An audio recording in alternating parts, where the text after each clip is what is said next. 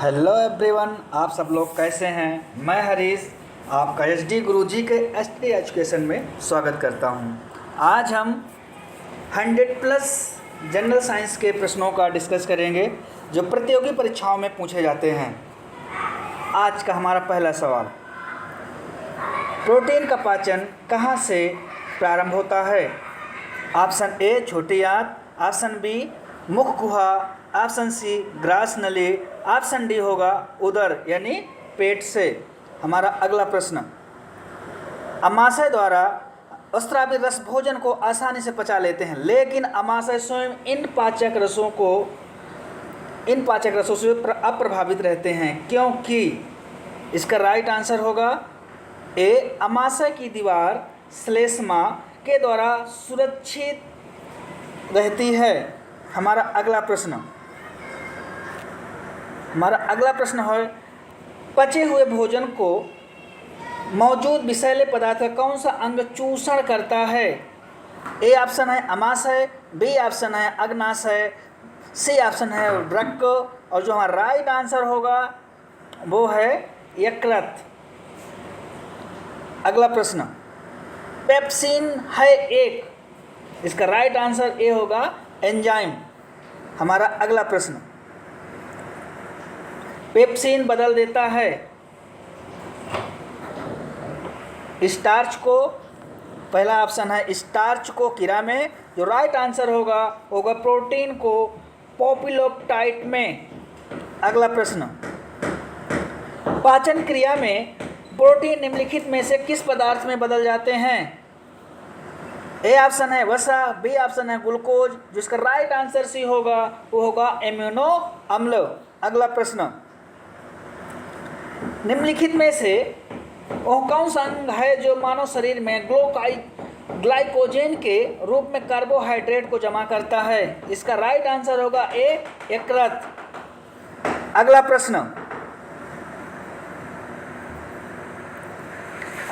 है हमारा, हिस्टोलॉजी शब्द सर्वप्रथम किसने प्रयोग किया था। इसका राइट आंसर होगा ए, मेयर ने। अगला प्रश्न, किस प्रकार के ऊतक शरीर की सुरक्षा कवच का कार्य करते हैं। इसका राइट आंसर ए होगा एपिथेलियमी ऊतक। अगला प्रश्न है, निम्नलिखित में से कौन सा ऊतक घाव भरने में सहायक होता है। इसका ए ऑप्शन है एपिथेलियमी ऊतक, इसका राइट आंसर होगा। अगला प्रश्न, निम्नलिखित में से कौन सा एक शरीर को गर्म रखने हेतु उत्तरदायी है। ए ऑप्शन है श्वेत ग्रंथियां, बी ऑप्शन है संयोजी ऊतक, जो राइट आंसर होगा सी, वसामय ऊतक। अगला प्रश्न, सेबेसियस ग्रंथियां पाई जाती हैं। ए ऑप्शन है स्तनियों के त्वचा के एपिडर्मिस में, बी ऑप्शन जो राइट आंसर होगा स्तनियों के त्वचा के डर्मिस में। अगला प्रश्न, मनुष्य की त्वचा सबसे मोटी होती है। ए ऑप्शन हथेली पर, बी ऑप्शन जो हमारा राइट आंसर है तलुए पर। अगला प्रश्न, लक्राइमल ग्रंथियां स्रावित करती हैं। ए ऑप्शन है सेबम, बी ऑप्शन है म्यूकस, जो इसका राइट आंसर होगा वो होगा आंसू। हमारा अगला प्रश्न, वृद्धावस्था में त्वचा में झुर्रियां पड़ जाती हैं, इसका कारण है। ए ऑप्शन है त्वचा, ए ऑप्शन है त्वचा में रुधिर का संचरण कम होने के कारण, जिसका राइट आंसर बी होगा उपचर्मी स्तर में लचीलापन कम होने के कारण। अगला प्रश्न, मनुष्य के शरीर में सबसे लंबी कोशिका होती है। ए ऑप्शन है हाथ की कोशिका, बी ऑप्शन पैर की कोशिका, जो राइट आंसर होगा सी, तंत्रिका कोशिका। अगला प्रश्न, तंत्रिका ऊतक की इकाई है। इसका ए ऑप्शन है एक्सॉन, बी ऑप्शन जो राइट आंसर होगा न्यूरॉन। अगला प्रश्न, संवेदना का चालन शरीर के किस भाग से दूसरे भाग में किसके द्वारा होता है। ए ऑप्शन है पेशी ऊतक, बी ऑप्शन है एपिथेलियमी ऊतक, सी ऑप्शन है संयोजी ऊतक, और जो राइट आंसर है डी, तंत्रिका ऊतक। अगला प्रश्न, लिगामेंट एक रचना है जो जोड़ती है। ए ऑप्शन है अस्थियों को पेशियों से, बी ऑप्शन जो राइट आंसर होगा अस्थि को अस्थि से। अगला प्रश्न, ऊंट का कुबड़ किस ऊतक का बना होता है? ए ऑप्शन है कंकाली ऊतक का, बी ऑप्शन है पेशी ऊतक का, सी ऑप्शन है उपस्थि ऊतक का। जो राइट आंसर होगा वो होगा वसामय ऊतक का। अगला प्रश्न, मोटापा निम्न में से किसकी अधिकता के कारण होता है? ए ऑप्शन है शर्करा, बी ऑप्शन है वसा ऊतक। जो राइट आंसर है। अगला प्रश्न, निम्नलिखित में कौन ऊतक का उदाहरण है? ए ऑप्शन है मस्तिष्क, बी ऑप्शन जो हमारा राइट आंसर होगा रक्त। अगला प्रश्न, बायोप्सी संबंधित है? ए ऑप्शन है मृत्यु का कारण जानने के लिए शव विच्छेदन करने से, बी ऑप्शन है बेहोशी की स्थिति में परीक्षण करने से। जो राइट आंसर सी होगा परीक्षण के लिए ऊतकों को शरीर से अलग करने से। अगला प्रश्न, मास्ट कोशिकाएं पाई जाती हैं? इसका राइट आंसर होगा संयोजी ऊतक में। हमारा अगला प्रश्न,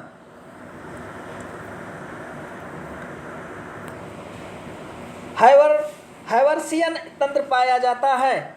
ए ऑप्शन है मत्स्यों की अस्थियों में, बी ऑप्शन है पक्षियों के अस्थियों में। जो सी होगा हमारा राइट आंसर होगा स्तनियों की अस्थियों में। हमारा अगला प्रश्न, फेफड़ों को ढकने वाला आवरण कहलाता है?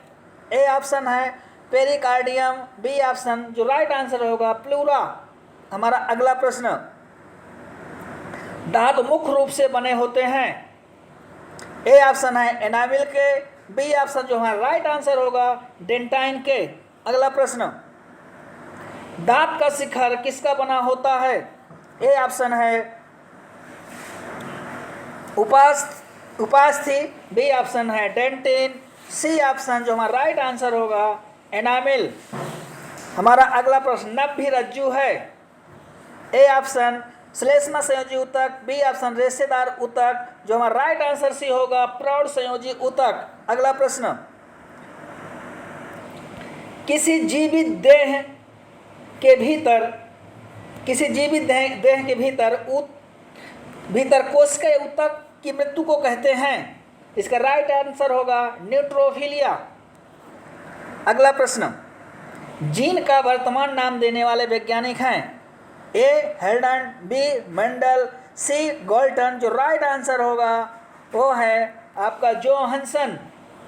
अगला प्रश्न, कोशिका में पाया जाने वाला आनुवांशिक पदार्थ है? इसका राइट आंसर होगा डीएनए। हमारा अगला प्रश्न, प्रयोगशाला में सर्वप्रथम डीएनए का संश्लेषण किया था? ए मिलर ने, बी जो इसका राइट आंसर होगा खुराना ने। हमारा अगला प्रश्न,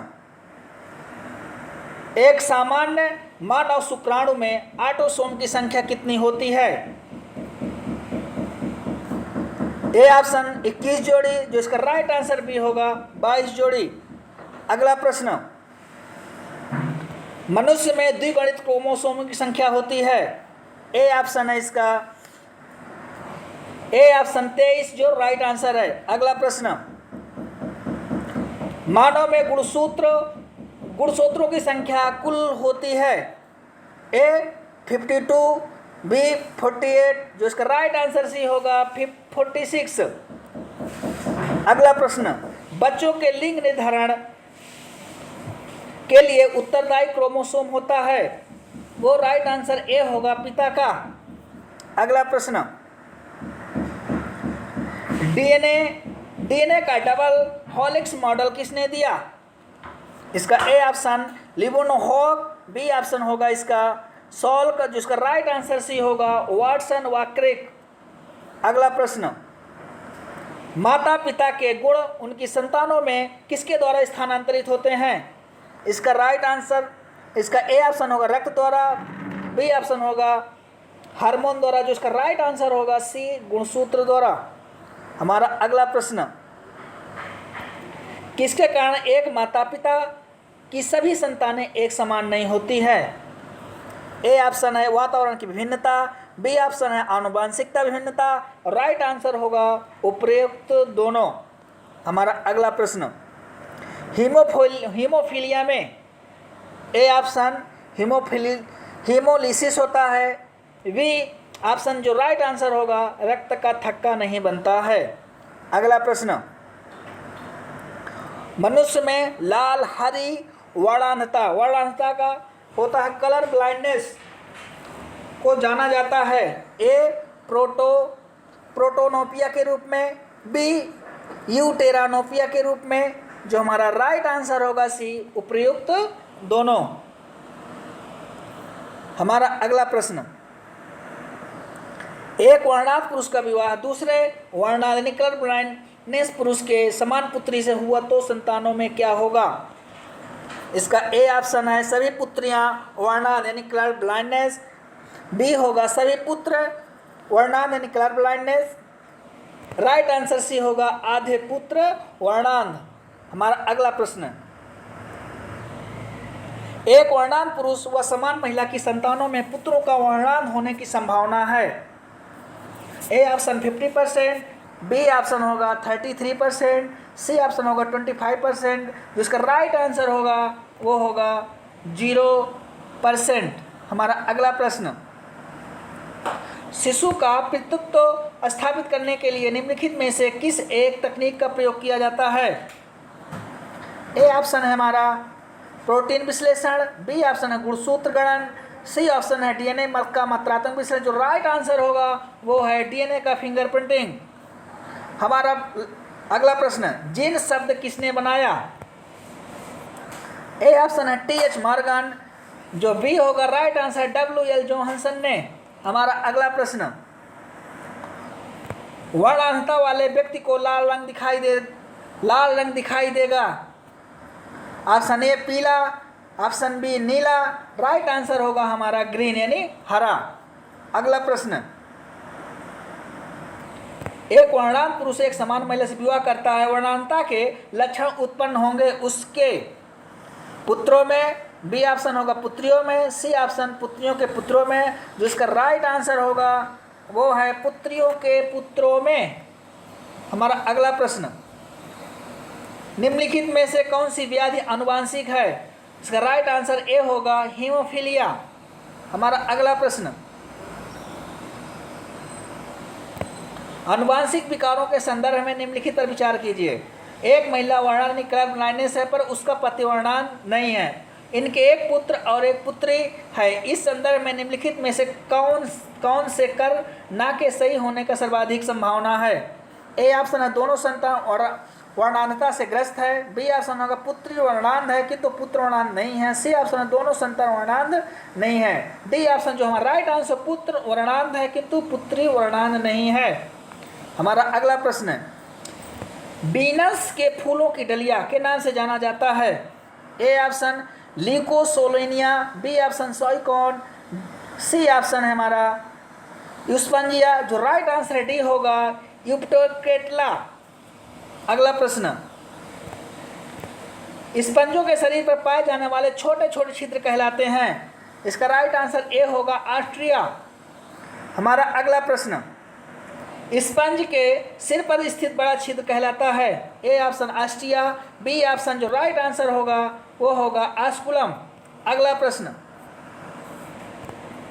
सिलेंट्रेंटस अंग को अन्य किस नाम से जाना जाता है? ए प्रोटोजोआ, बी पोरीफेरा। जो इसका राइट आंसर होगा निटेरिया। अगला प्रश्न,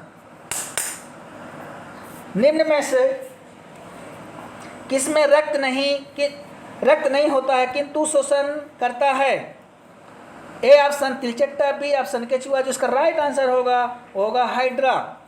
अगला प्रश्न, प्रवाल क्या है? इसका राइट आंसर होगा एक समुद्री जीव, बी। अगला प्रश्न, हाइड्रा एक प्रचलन अंग है। ऑप्शन ए होगा कूटपात, ऑप्शन बी सीलिया। जिसका राइट आंसर होगा टेंटिकल्स। अगला प्रश्न, जेलीफिश के नाम से जाना जाता है। ऑप्शन ए होगा हाइड्रा, ऑप्शन बी होगा फाइसेलिया। जो ऑप्शन सी राइट आंसर होगा ऑरेलिया।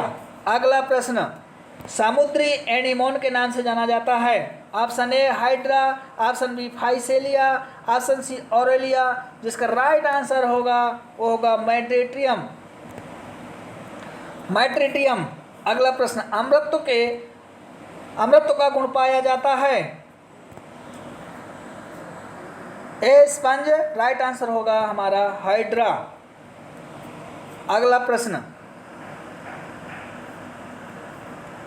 हमारा अगला प्रश्न है चिपटे कृमियों को किस संघ के अंतर्गत रखा जाता है। इसका राइट आंसर होगा प्लेटी हेलमिंथीज संघ में।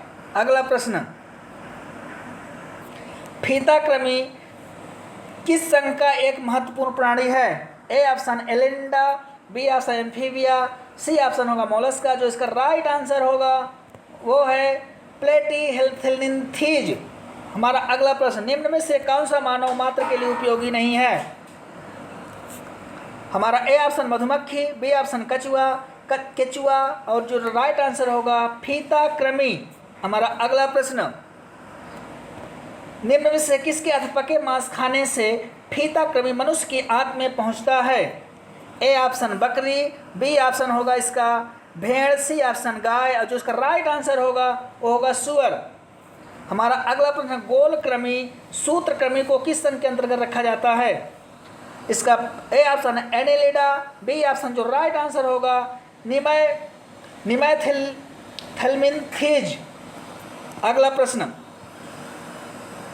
एस्कैरिस द्वारा मनुष्य में कौन सा रोग उत्पन्न होता है।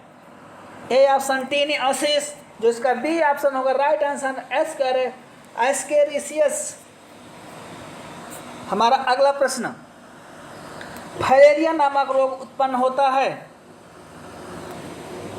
एस्कैरिस द्वारा, जो हमारा बी राइट आंसर होगा बी बुचेरिया बेनक्रॉफ्टी द्वारा। हमारा अगला प्रश्न, एस्कैरियस पाया जाता है, राइट आंसर होगा ए मनुष्य की आंत में। हमारा अगला प्रश्न, केचुआ किसानों को किस प्रकार लाभ पहुंचाता है। ए ऑप्शन हानिकारक कीटों को नष्ट करके, बी ऑप्शन हानिकारक जीवाणु को नष्ट करके, सी ऑप्शन होगा उपरोक्त दोनों। जो राइट आंसर होगा वो होगा भूमि को पोली करके। हमारा अगला प्रश्न, कीटों में कितनी जोड़ी टांगे होती हैं। ए ऑप्शन है इसका 1, बी ऑप्शन है 2, जो राइट आंसर होगा वो होगा 3। हमारा अगला प्रश्न है, कीट की पहचान अन्य जीवधारियों से उसके पास क्या होने से की जा सकती है। ए ऑप्शन 2 जोड़े पंख, जो इसका राइट आंसर होगा बी 3 जोड़ी टांगे। अगला प्रश्न, निम्नलिखित में कौन सा कीट उपयोगी नहीं है। ए ऑप्शन रेशम कीट, बी ऑप्शन मधुमक्खी, जिसका राइट आंसर होगा घरेलू मक्खी। अगला प्रश्न, मच्छर में लाल खून का उभर आना किस परपोषण का कारण होता है। ए पौधे, बी ऑप्शन तिलचट्टे, जो राइट आंसर होगा सी स्तनधारी। अगला प्रश्न, लौह उत्पन्न होती है। ए ऑप्शन पेड़ों की छाल से, बी ऑप्शन कीटों के मल पदार्थ से, जो राइट आंसर होगा सी कीटों के शरीर के स्त्रावण से। अगला प्रश्न, रेशम प्राप्त किया जाता है। ए ऑप्शन होगा हमारा रेशम कीट के अंडे से, बी ऑप्शन होगा रेशम कीट के लार्वा से, जो हमारा राइट आंसर होगा सी रेशम कीट के प्यूपा से। अगला प्रश्न, घरेलू मक्खी का लार्वा कहलाता है प्यूपा, ए ऑप्शन, बी होगा इमेंगा, जो राइट आंसर होगा हमारा सी मैंगोट। अगला प्रश्न, बिच्छू का विष कहाँ पर होता है। ए पैरों में, बी होगा हाथों में, सी होगा मुंह में, जो इसका राइट आंसर है डंक में। अगला प्रश्न, तितली की आंखें रात में क्यों चमकती हैं।